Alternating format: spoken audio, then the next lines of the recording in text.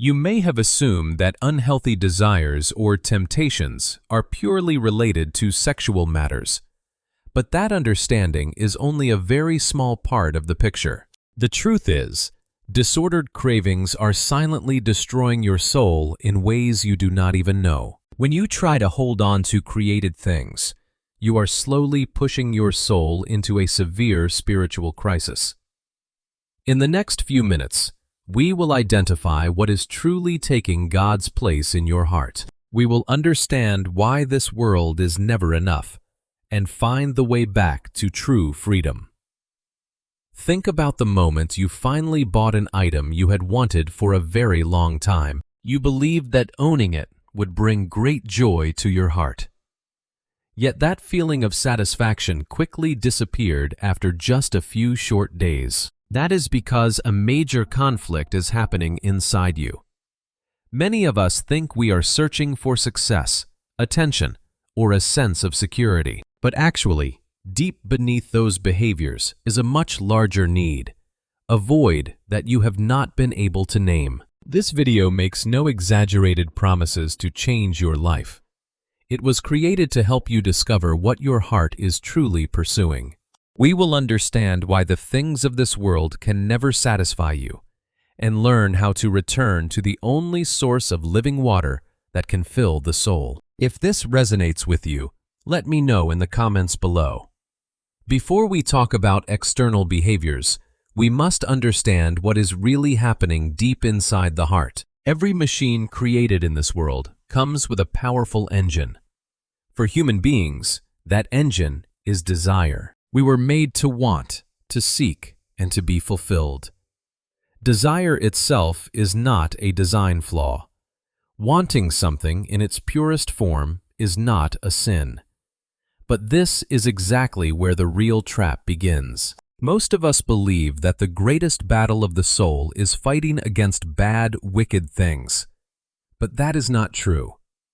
The most intense spiritual warfare often starts with very normal human needs. What if your greatest spiritual struggle is not something evil, but something good that slowly took God's place? Look around at our lives. It is the person who constantly jumps into relationships just to feel validated. It is the person breaking under the pressure of achievement just to prove their worth. Or simply, it is that restless feeling of not being able to sit still for a single minute without looking for something to fill the void. Desire for love is good. Wanting to succeed is not wrong.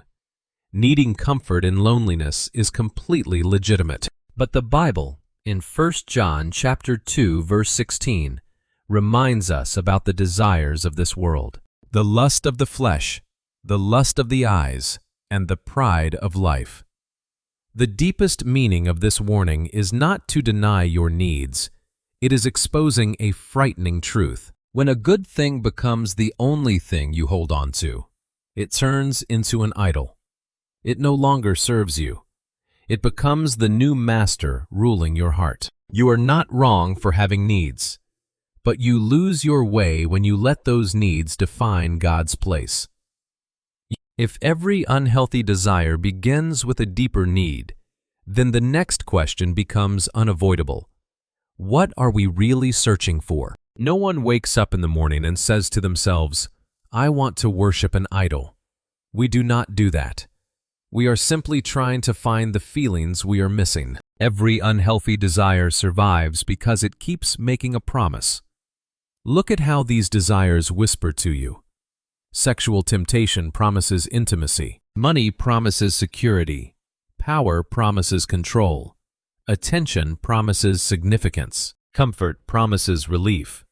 Possessions promise identity. These promises sound sweet.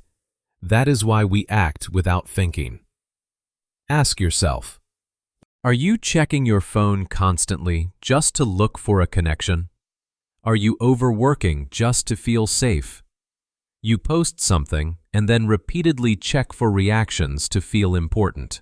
Or you go shopping whenever you feel empty inside.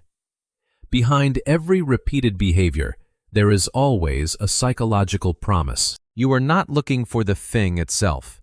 you are looking for what it promises to give you. The Bible, in Jeremiah chapter 2, verse 13, records a lament. My people have committed two evils. They have forsaken me, the fountain of living waters, and hewed out cisterns for themselves, broken cisterns that can hold no water. We dig our own cisterns. We expect them to quench the thirst of our soul, but they always leak. It is empty. But if these promises were true, why do so many people still feel empty after getting what they wanted? Every form of pursuit we just mentioned shares a terrifying trait. They never know when to stop. The more you have, the more you want. It is a loop that never brings true satisfaction. Look at the people around you.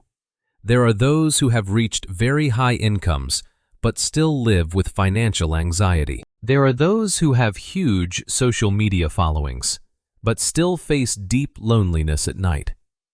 And there are those who own more possessions than ever before, yet they are not any more at peace. When you achieve what you once desired but still feel empty inside, that is not your personal failure. This is the limitation of everything created in this world. The problem is not that you wanted too much. The problem is that you expected too much from something too small. The Bible, in Ecclesiastes chapter 3, verse 11, states that God has put eternity into the human heart. This means your soul has a void the size of infinity. The true nature of every unhealthy desire is actually a crisis of the soul's satisfaction. You cannot take the finite, temporary things of this world to fill an infinite space that God created. It simply does not fit. And this is where the battle becomes spiritual, not merely behavioral. Up until now, you might still think that you have different temptations, different problems, but the truth is, we are all making the exact same mistake.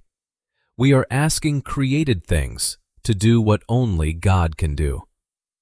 If money, relationships, or success are not the main issue, then what is really going on inside your heart? The enemy rarely starts by making people love obvious evil. He usually begins in a much more subtle way. He makes us look for the right things, but in the wrong places. Our hearts are easily deceived. We begin to look for smaller sources of salvation to replace God. Instead of seeking peace in Him, we look for peace in our bank account balance. Instead of seeking self-worth from God's love, we look for it in the attention of others. And instead of receiving our identity from the Creator, we try to build it from personal achievements. This process happens silently. Your heart shifts its trust from the Creator to the created things. What if the real issue was never desire itself?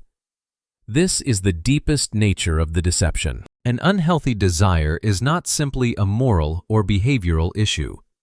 Before it is a moral problem, it is a worship crisis. It is when your soul decides to worship a created thing instead of the one who created it. The Bible, in Romans chapter 1, verse 25, exposes this truth. They exchanged the truth of God for a lie. They worshipped and served created things rather than the Creator, who is forever praised. Your soul is designed to worship. When you stop worshiping God, you will automatically find something else to replace Him. It is a flawed exchange. If that is the real problem, then freedom requires more than willpower. The way back to freedom does not begin with your strength. It begins with surrender. If you want to break the chains of unhealthy desires, that journey goes through 4 steps of change from deep within the heart. The first step is recognition. You must name what is taking God's place in your heart. The second step is surrender. Stop trying to control everything with your own strength. The Bible, in James chapter 4, verse 7, says, "Submit yourselves therefore to God. Resist the devil, and he will flee from you." Freedom begins when we stop asking the wrong source to save us. The third step is replacement. You cannot simply remove a bad behavior and leave your mind blank. You must fill that void with God's truth. Psalm chapter 119 verse 11 reminds us, "I have hidden your word in my heart, that I might not sin against you." And the final step is community. Step out of isolation and allow fellow believers to walk with you and share in your spiritual growth journey. This change will lead to very practical actions. It is when you actively change your toxic daily habits. You set serious boundaries for yourself, and you look for trustworthy accountability partners to keep you disciplined. The solution for the soul has never been about trying to fix external behavior. It is an exchange of love inside the heart. When your heart finds its rightful place, every other piece of your life will automatically fall into place with peace.